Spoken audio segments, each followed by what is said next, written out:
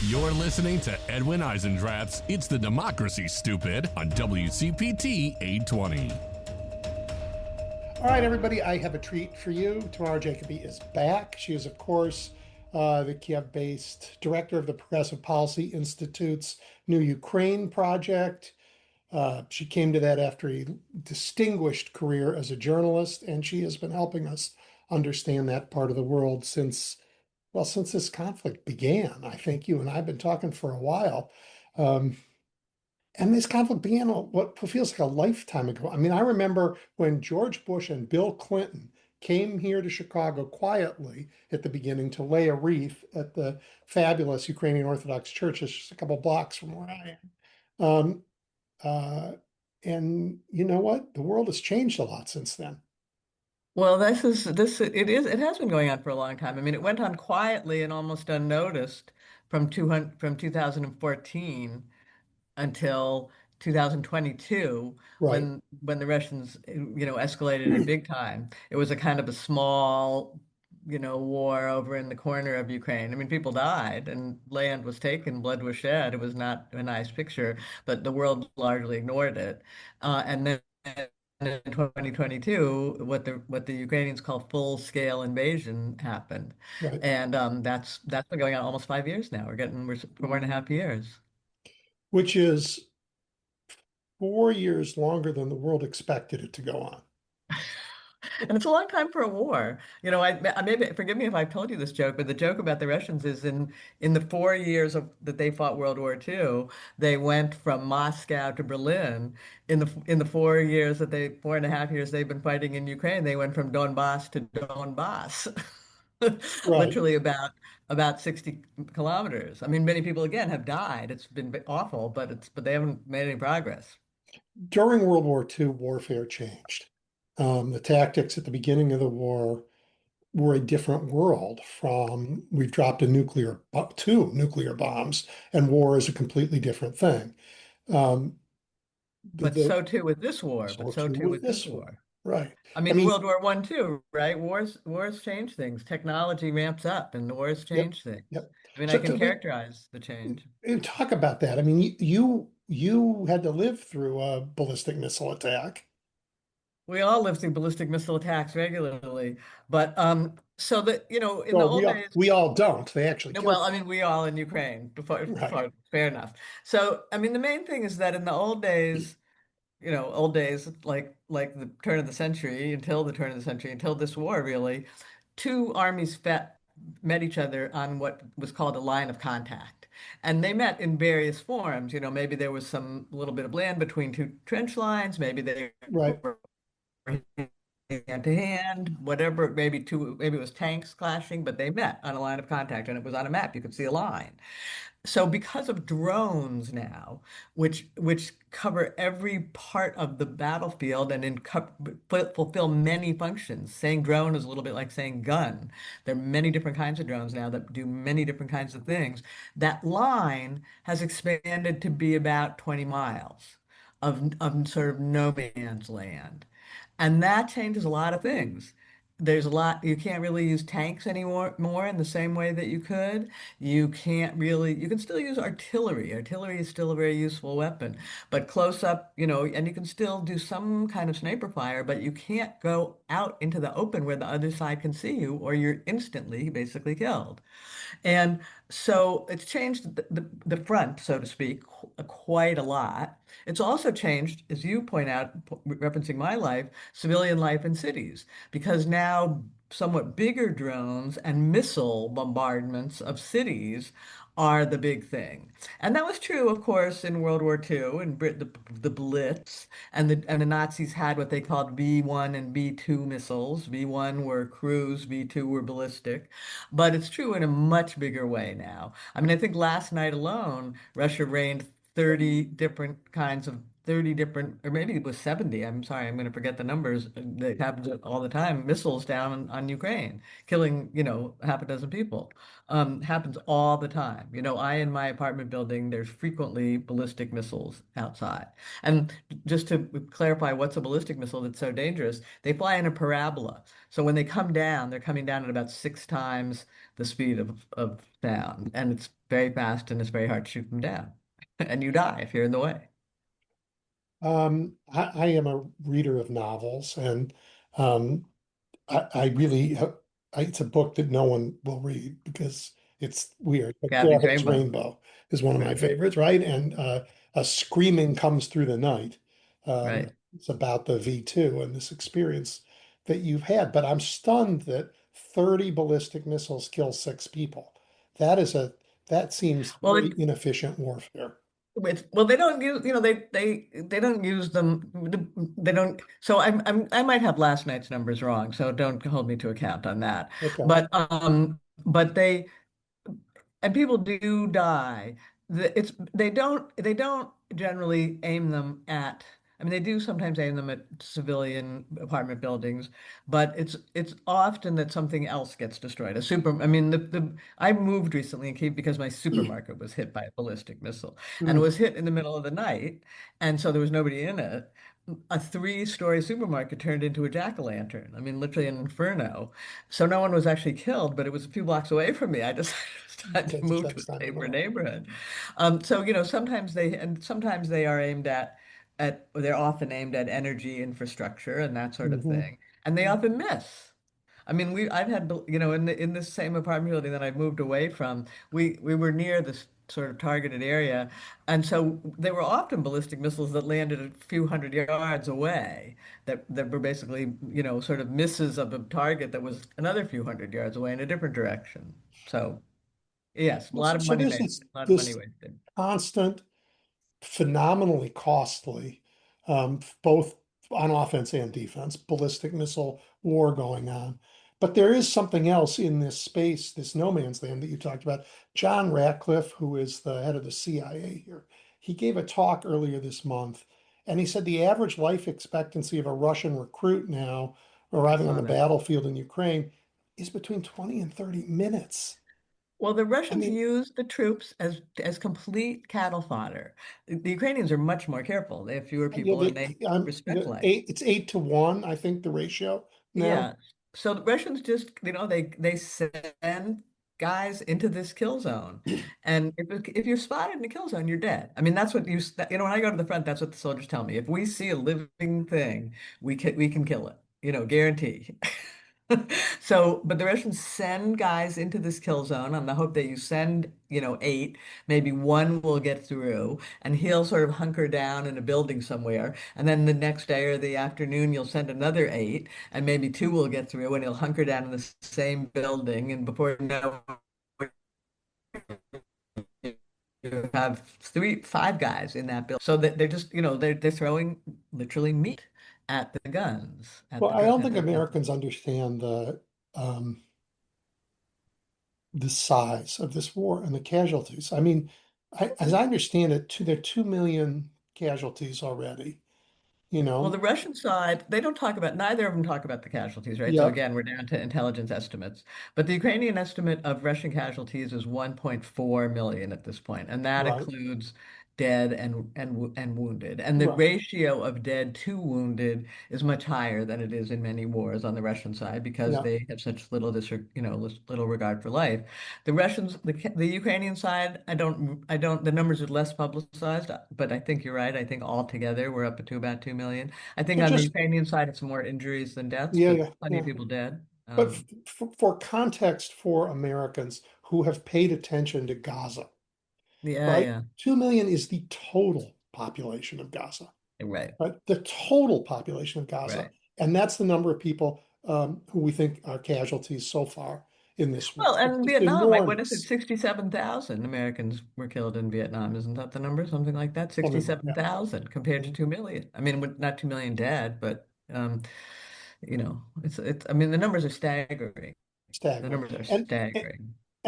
and it sounds like the Russians have not adapted to modern warfare, just as the Russians haven't adapted to a post-industrial economy in the same kind of alacrity as others have. Yeah, it's well, I mean, they do some things well. I mean, the two sides copy each other. So again, the best soldier's metaphor for it that I've heard is it's like a mirror. One of us does it first, and then the other one figures out how to do it.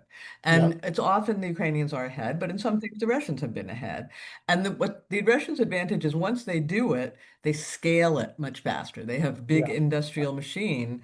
In Ukraine, they're kind of making things. They have some arms factories, but they're making a lot of things in garages, and so the Russians can scale it faster, and they do some often. So it's been it has been and will continue to be a kind of a very close race where the race is to be smarter about the technology and to get there faster and be more innovative and to use what you've got smarter.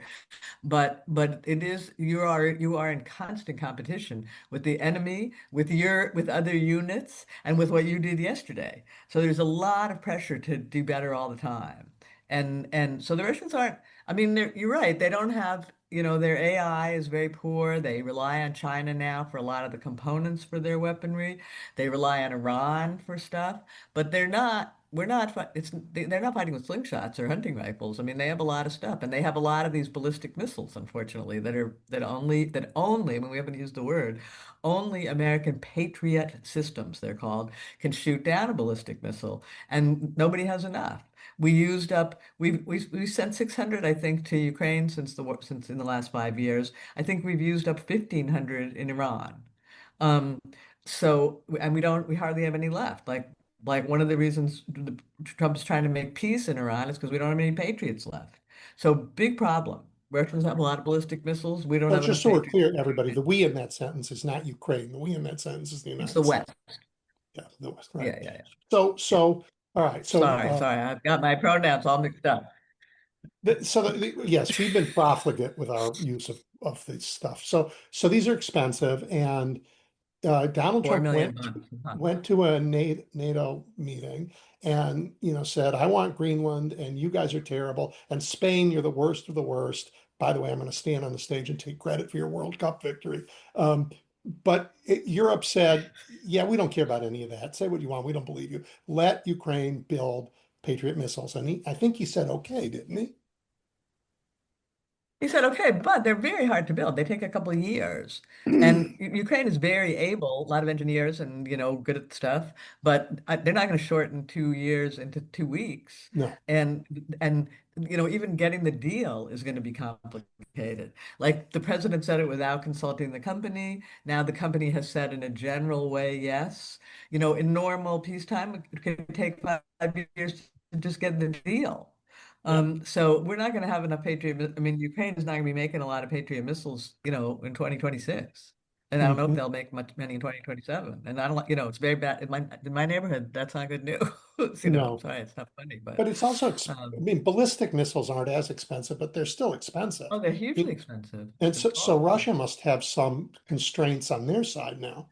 They make a lot of them. That no, I Yeah. haven't heard too much about that. I Yeah. mean, they have a lot of them stockpiled. The good news, and we haven't mentioned this yet, is that Ukraine's been using its long range cruise missiles and its long range drones to smash the heck out of the Russian oil industry, basically. And that means storage tanks, but even more importantly, refineries.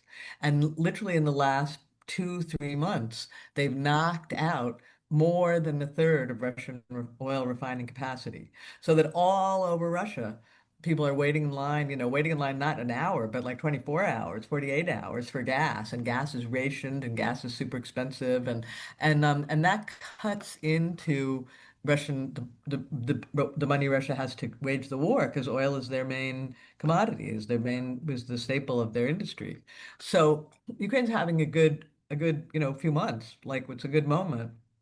Well, Um, I mean, this is also a big change. When Joe Biden, uh, his response was to show up there in person, to say, "I'm 100% with you," and to say, "But I'm only going to give you weapons to defend yourself. You are not going to use them in Russia."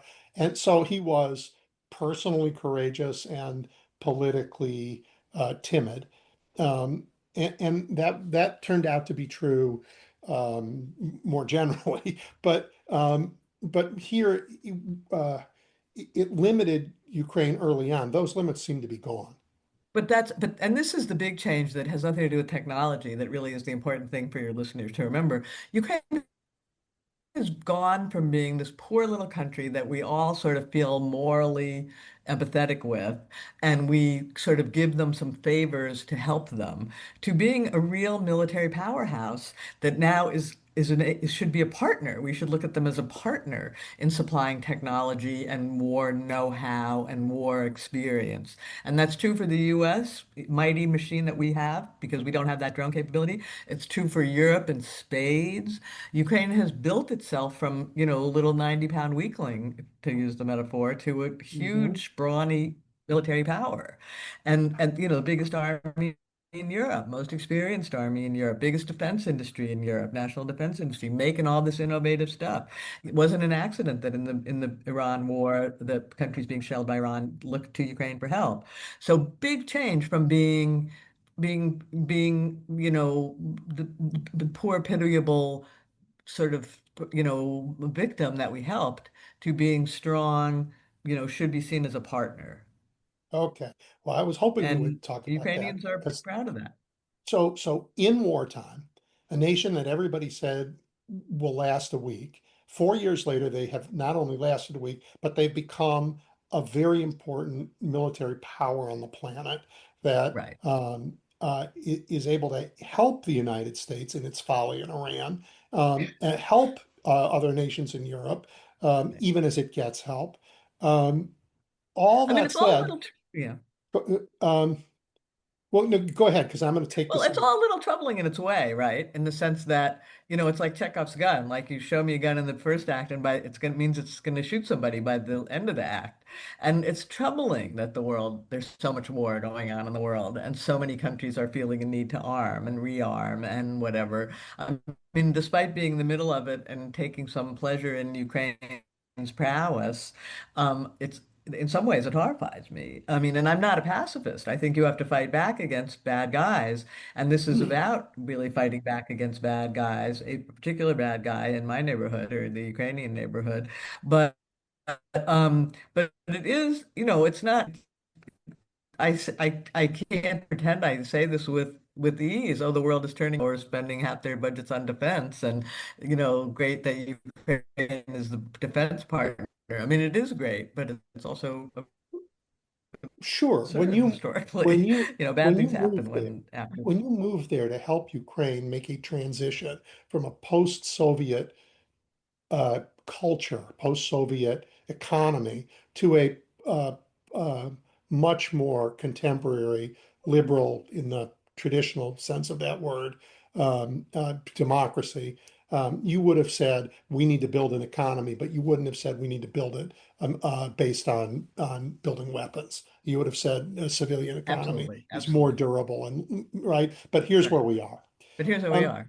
right. All right. So because of that success they have had, because they've had uh, success in building a military capacity, in defending the country, in bringing the war to Russia, the top two people got fired in the military. That that's how Yeah. could you explain that? What happened to Yeah. us? Well, okay, so this goes to the question that you just posed. I mean, you said I went there to help the transition to a more liberal democracy and politics. I wouldn't say I went there to help. I would say I went to chronicle that transition. Okay, But fair. I'm not, I'm only a journalist, right? Let's not inflate my role. But the point is that Ukraine broke away from the Soviet Union in 1991, but it didn't really break away. It sort of existed in the shadow of Russia for several decades, where it maintained lots of the old ways, not a free market by any means, not really a democracy by any means, horribly corrupt in all aspects, a In lot every of bad means, yeah. things. Mhm. And you know, I mean, it's useful to think about some of those countries that did it differently. You know, Estonia, right, up in the north, like on the Baltic Sea. I once asked an Estonian, "Are you and Ukrainians? Do you think of them as your post-Soviet brothers?" And he said, "No, no, no, that's the wrong metaphor. We were prisoners in the same prison, meaning the Soviet Union. They were both Mhm. occupied by the Soviet Union. But when the prison gates opened, we ran out." The Ukrainians weren't sure whether they were going to go out, and they stayed and had lunch with the guards, you know. And that's what Ukraine did for a long time. And so there was a lot of so and then about 10 years ago, a younger generation actually came into the streets. A million people demonstrated in the streets and said, "We really want to break away now. We've had enough of this. We don't like this sort of post-Soviet Russian in the Russia shadow life." And so since then, and since I've been there, certainly, there's been a younger generation of reformers and people who really want to bring the country again economically, politically, in all way, technologically, in all ways you can think of into the modern world, into the West, and an old guard that kind of liked it the old way, that's making money off the old way and being powerful on the old way. And what you're seeing in the military is it's a little oversimplified. There are a lot of things that go into it, but a kind of a manifestation of that conflict. This young guy, Fedorov, really comes out of that who was the defense minister until 2 weeks ago, comes out of that younger generation of reformers, super focused on technology, digitizing the country, drones, you know, free market. He was the one who said, we're not going to produce drones the old way in a big Soviet-like factory. We're going to let a kind of Silicon Valley economy prevail. And he's done a lot of amazing things. You know, the data system that they used to monitor the war and control the war surpasses anything the West has. His creation. It's called Delta. So he's like that. And the other guy, Siersky, was an old Soviet trained, old style soldier. And the two cultures just clashed in the biggest way. And Zelensky, you know, for the in the beginning, he didn't really know what to do, and he held on to the older guy because he trusted him, and that guy's sort of been with him, and you know knows where a lot of the bodies are buried. Metaphor, no pun intended. And so he sort of And he's been opted. successful. Well, he was successful, yes, but I mean, not, you know, it's the army needs a mix, They were right? It both needs something. successful. They were both Yeah. successful, but they couldn't get along. And Zelensky didn't know how to referee it or handle the transition Yeah. well. And what was astonishing was that again, you know, thousands of people came when he fired the young guy, Fedorov, thousands of people came into the street and demonstrated. And you know, you can say that's not a good substitute for voting and elections and whatever, but they can't really it's not really, you know, wouldn't make sense to have elections now. Nobody thinks they should. And democracy worked because Zelensky backed down. He heard the protests and he fired the old general. I mean, he's not that old, but old style general. And you know, it's not the situation's not completely resolved yet. But I mean, I think one has to take it as a good sign in the sense that it's a flexible, democratic, responsive system, you know, and the younger generation sort of made its point. The young reformer, technology-minded generation made its point, and finally the president listened. That's a lot better than what goes on in Russia. You know, Putin, like you can't demonstrate, you know, to get the potholes on your street built. Right. Here they demonstrated about something really important and they won. During war about their military leadership. How do the people who are sent to fight feel about these changes? They're happy. They liked Fedorov a lot, and they didn't like Siersky. Yeah. Siersky sort of had a reputation. I mean, obviously it's mixed. Everybody doesn't have the same thing, think Yep. the same thing. But Fedorov had a reputation. His nickname was the Butcher because he was old style. It was artillery, it was infantry, it was used the military, and a lot of people did, you know, people have died. And I mean, again, it's not a clear all or nothing, like it can only be drones. You can't have artillery and manpower. You need the artillery and manpower too. But people really like Fedorov. Fedorov is, I mean, I dare say you know, this position's Fedorov. Fedorov could be the next president. You know, there Is he isn't a coming lot. The back political now? system is He was well, he fired. didn't get it. Zelensky offered him. He was fired as defense minister, and Zelensky offered him a lot of other jobs, and he said, "I don't want anything but defense minister." He sort of held Yeah. his ground. I mean, Zelensky made him a kind of presidential candidate in a way. I mean, there is no presidential election now, and I'm sure, then the elections are probably a long way off, and who knows what'll happen in the meantime. But Zelensky I mean, Fedorov was always beloved and a kind of hero, but Zelensky elevated him quite a lot by Hmm. firing him and Hmm. by having these demonstrations. And he's a very able guy. So we'll see. So he doesn't have a job now. Now, Who knows what. talk about this their transition to democracy, but there are no elections, and people are okay with that. That's, as you know, I mean, we had elections during our Civil War, and it Yeah, mattered. If Abraham yeah, Lincoln lost, the war would have gone differently, but we held those yeah. elections. No, yeah, fair enough, fair enough. I mean, the challenges in Ukraine are the following. And I mean, I'm just telling you what other people think. I sort of buy it, but I could be wrong. That there are 5 million people out in Europe. So it would be hard to arrange for them to vote. There are a million people plus serving in the military. It would be really hard to arrange for them to vote. If you had long lines, people at voting stations, the Russians would bomb them. There's sort of lots of reasons why they're hesitant Yep, to do it. yep. Now, again, maybe they're wrong, but the thing is about Ukrainian democracy, I mean, Ukrainian democracy has always, even when there was no Ukraine, been sort of hasn't been channeled through what you would call a political structure. There aren't political parties.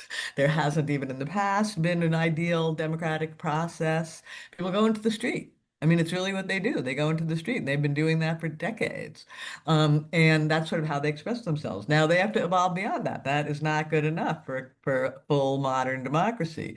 But, for now, it's kind of working. So it's better than an autocracy. And I mean, it's going to be one of the big challenges. Because I mean, there are no political parties to speak of. That's the thing that really concerns me. And there's no there's no like Zelensky didn't really get elected on ideology. He got elected on kind of a cult of personality and promise of change.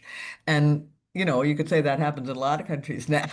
That's where you could say that's what happens in most countries now. But I like it when parties stand for something and people sort of know what they're doing, and parties, work to have a good system so that they can bring people up from the bottom.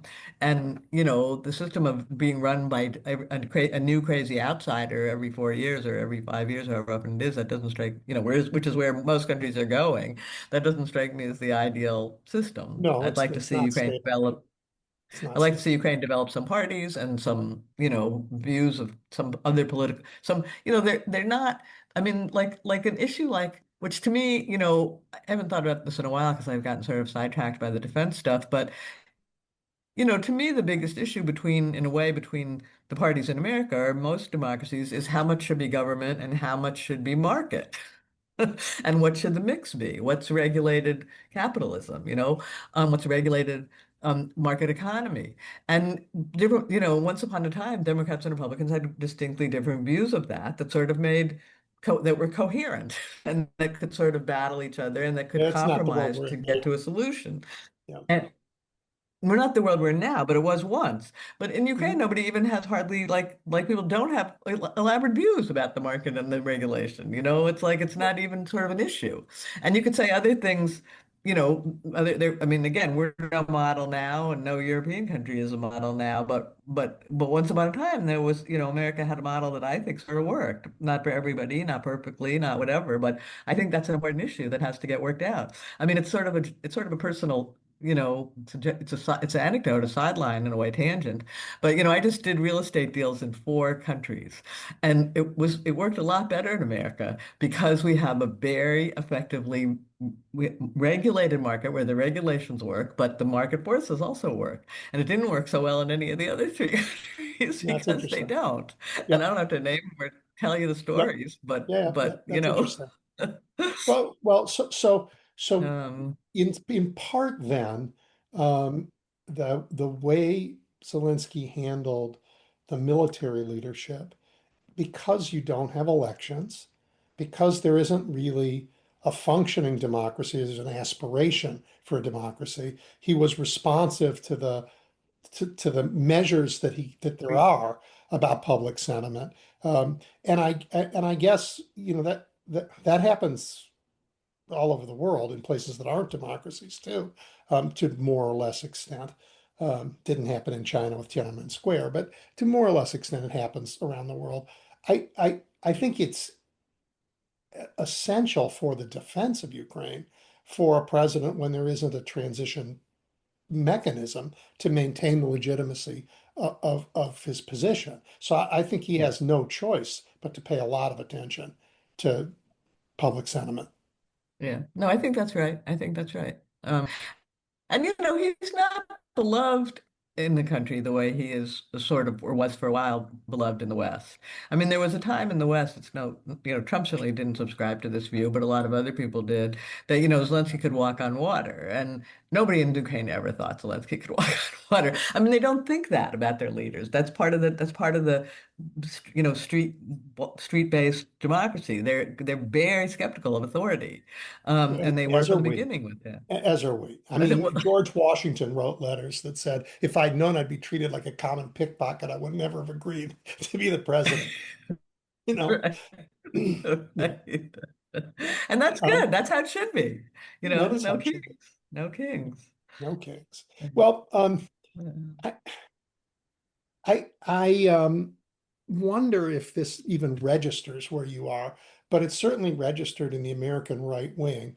There's this person named Laura Loomer who's paid a visit to the Ukraine. Of Is course. that registering over there at Of all? course. Well, tell Oh me yeah, about yeah, that. yeah. No, they follow. Well, I mean, so I mean, let's step back a minute. I mean, very mixed feelings about Trump, right?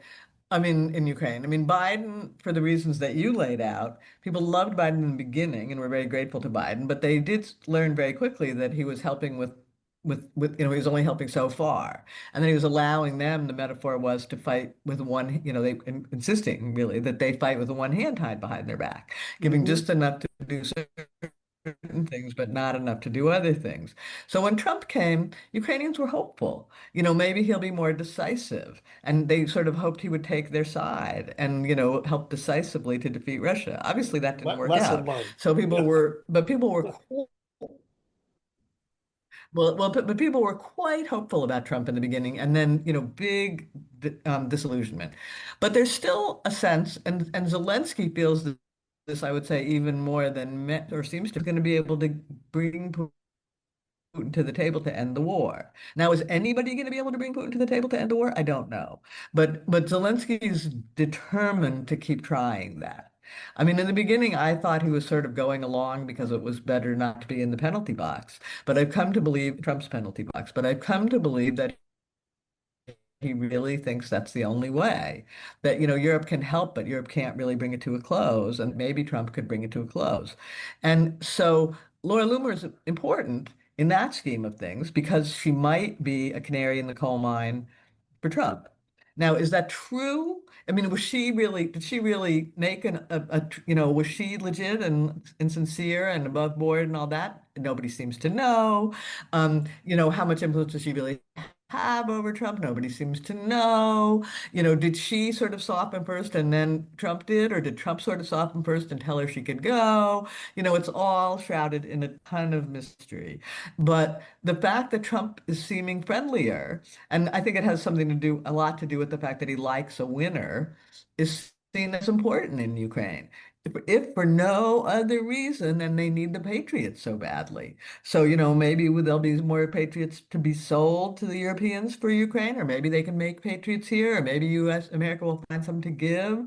I mean, that's the Mhm. most important thing. And then maybe there'll be some help with making a fair peace deal as opposed to the ridiculous unfair peace deal that Trump put on the table all these past, however many months it's been. Mhm.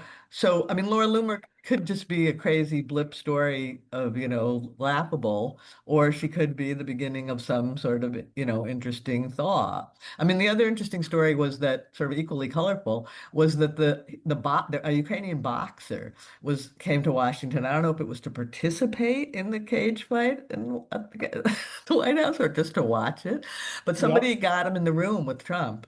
and they hit it off. And he told the president, Ukrainians are winners, and we're democratic. We don't like just follow authority, and you Yeah. should get behind us. And they talked about Muhammad Ali, and it was apparently a great meeting. I mean, I read about it in the press, but I heard about it from somebody who's in the room. Apparently, it was a great meeting, and so the gradual bringing Trump around, the sort of hilarious stories that are sort of bringing Trump around to the idea that Ukraine is a winner is a big thing. Now, nobody knows exactly what Trump owes Putin or feels he owes Putin or what that tie is, Right. what hold Putin has over Right. him. Right. And despite this nice thaw that we're seeing now, it's quite possible that Putin will reach out and say, "Don't you dare, Donald," and it'll have an effect. I just don't Yeah. As he know. has in the past. And we Yeah. also don't know, as he has in the past. And we also don't know, I mean, this is important to say before the conversation ends, a desperate Putin is going to be an even more, an even crazier Putin than we've Okay. That's on seen, my notes dangerous to Putin ask you than we've about. seen. You have said Well, since the that's, beginning, along with everybody else, that desperate Putin does desperate things. And like the time for Putin to become desperate is closer and closer, closer and you closer. know? I mean, I will, and I'll tell you, I literally dreamt last night that he dropped a tactical nuke in Kyiv. So that was, I mean, and Americans are dreaming the same horrible thing about us and Iran because of well, the rhetoric indeed, of the president. indeed, It's indeed, terrifying and crazy. awful. I get it, but I Yeah, mean, and there are th other things he could do. He could start, Kyiv doesn't look like Gaza, I dare say. That there's been a lot of shelling, but it doesn't look like mhm. that. He could do a lot worse than he's been doing, and there could be firebombing. I mean, there are all kinds of horrible things. I don't even like to mention them. Don't think about it. So and there could be attacks on Europe. Well, yeah, Um, that has other consequences. But speaking of terrible things that haven't happened yet where you are, I wonder, we say, and we in the United States say to our president, you cannot hit civilian infrastructure. You cannot uh, bring war against civilians. That is a war crime, and it's a terrible thing. I have to ask you about Crimea because what Ukraine is doing there, with their blockades and everything, is making for those who, I mean, for the Russians who are there, they are desperate to get out. Everybody like it's no longer a livable place for people, and that is right, that's I understand it militarily. I find it very difficult uh, morally. morally. Yeah, Yeah, yeah, no, I mean, I get that. Um, what do I say about it? I mean, I think that line is squishier than we think. In some ways, I mean, targeting civilians to kill them is one thing. Making it, harder to get gasoline is a different thing. Um, and I guess, and you should certainly let civilians out of a conflict zone. And I guess that's something maybe Ukraine could do more of. But I mean, wars for a long time, since Sherman, have terrorized the civilian population, or since before, since, Greek times, no doubt. I mean, what historians mostly find is that it backfires, that it just solidifies resistance. I mean, I think there is, so to the degree that's true, Ukraine is walking a fine line or walking down a slippery slope, and I guess they're getting walking down it. I don't think they're at the same place on that slippery slope that Russia is by any that's stretch. right. I That's think right. Russia deliberately targets civilians, and Ukraine targets military infrastructure that happens to have consequences for civilians. I mean, that's sort of the challenge. It gets harder and harder to target military infrastructure that doesn't have consequences for civilians. And at some point, you on that slippery slope, you do have to sort of stop yourself, or all along the way, you do have to try to restrain yourself. Is Ukraine restraining itself enough? Good question. Fair enough. I mean, It's a I fair mean, enough. war is a horrible thing, and Right. people continue. I mean, Ukraine's biggest advocate in the United States Senate just died, Lindsey Graham. Um, as Donald Trump said at Lindsey Graham's funeral, Lindsey never saw a war he didn't love. So his notion of advocacy was always war, and war is a terrible thing. Yeah, well, as Lindsey Graham said about Trump, I don't know if you've seen the excerpts from that documentary. He loves blowing things up. They're a match made in heaven. Yep.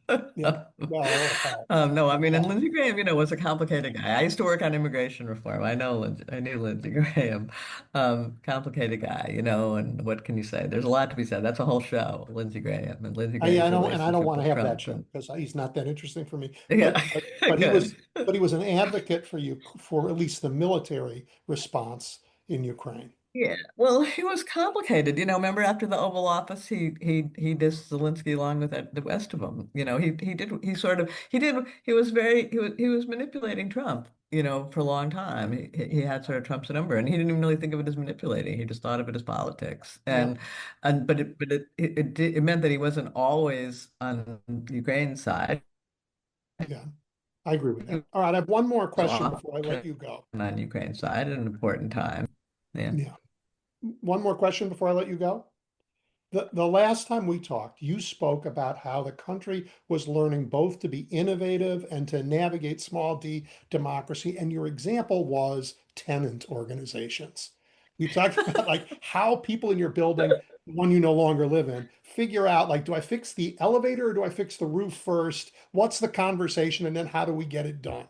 Right? Yes. Like, Yes. like talk about that kind of development still going on in the country and Well, what its my consequences. my as they call them OSBB, my OSBB in that building is still vital, and sometimes they're talking about, do we repair the roof hit by the missile, or is somebody parking in the wrong place? There's a Right? chat. It makes a good bedtime reading. Yeah, yeah, yeah. And who's what dog is relieving himself in the wrong place. But there's also the military units are also real bedrocks of or cauldrons or something of kind of leadership. And it's due in other countries you'd say military leaders as politicians, and we don't like that, but it's definitely true in Ukraine that units sort of run themselves in many ways. They have to get their own funding and buy their own weapons, and commanders have a lot of leeway in how they treat the men, and their leadership is developing there. And it's also true that leadership is developing in these companies. The military, the drone makers and the innovators. And so Oh, I think I did. it's I've lost. not exactly, again, I don't see much happening. Sorry, am I still there? Yeah, if Internet you connection. you were gone for just a few seconds. Oh, yeah, I don't see much happening. I mean, there's German foundations, teaching the political parties how to run a party better, but I don't think that's the main place that people are learning democracy. I think it is in the street demonstrations, in the leadership in the military, to some degree, the entrepreneurs, and and I mean, you just have to hope that when the lid gets lifted, political talent will come out and organizations will come together. I mean, it's This distinction you just made, Tamar, between um, the Germans teaching how to build political institutions, if you will, parties and political institutions, and the people learning a taste for democracy. This is the distinction that I believe is going to save the United States because we have a government that is destroying our political institutions and co-opting our political institutions. At the same time, Americans are relearning their taste for democracy. And we'll see which one gets there first. But it's a really interesting and fair distinction. Yeah. I mean, it doesn't always work out. People in the streets aren't always like the best deciders of political That's right. decisions. That's And right. populism is not always, the best. That is, we all got mixed feelings about populism. But I think you're right. I think, people, and that's the difference between Ukraine and Russia. Ukrainians are determined to have a voice and not let leaders get away with, what have you. And again, I think the military is sort of interesting because people learn to lead, men learn to lead men. I mean, they are mostly men, but you learn, leadership is a really important quality. Mhm. And I think, and again, there's some dangers there. There's some dangers of demagogues, who are sort of popular military leaders, but, we'll see. Well, I mean, you're Um, not really describing populism because it's not one movement. What's going on to create the leaders in the drone companies is different than the leaders on the front. It's different than the folks who are getting together to figure out whether to fix the roof or your neighbor's dog. in the building. These are all different forms of the same yearning to have some agency in the world you live in Yeah. that Yeah. underlies democracy. Yeah. Yeah. And there's a lot of that in Ukraine. There's no lack of people like yearning for agency. Uh, Okay. Any issues with food supply during all of this? and No. there's avocado toast in every cafe, and they do not grow avocados in Ukraine, I guarantee you. And And there's still good Czech beer in my supermarket. and early on, we were worried that Ukrainian grain would not get to markets. Have we found ways to make that happen? Yeah, I think that, so they created a corridor, in the Black Sea. They Yep. used drones and knocked the Russian fleet back to the corner of the Black Sea, and they Mhm. created a corridor, and I think that corridor works fine. I think, I recently visited the sort of export port facilities in Odessa, and there'd Mhm. been a lot of destruction there. But I think the numbers are pretty much back to like 2021 That's numbers great. for grain That's exports, great or for the close, world. they're high anyways. They may Yeah. not be back, but they're high. Um, Well, I appreciate the chance to catch up with you to get this um, really interesting uh, report, not just on the war, but on the evolution of that society, both internally and its place in the world. well, I appreciate the chance to talk to you as always. Thank you. Bye. Stay safe. Thank you. I will try. Bye. Bye. Bye.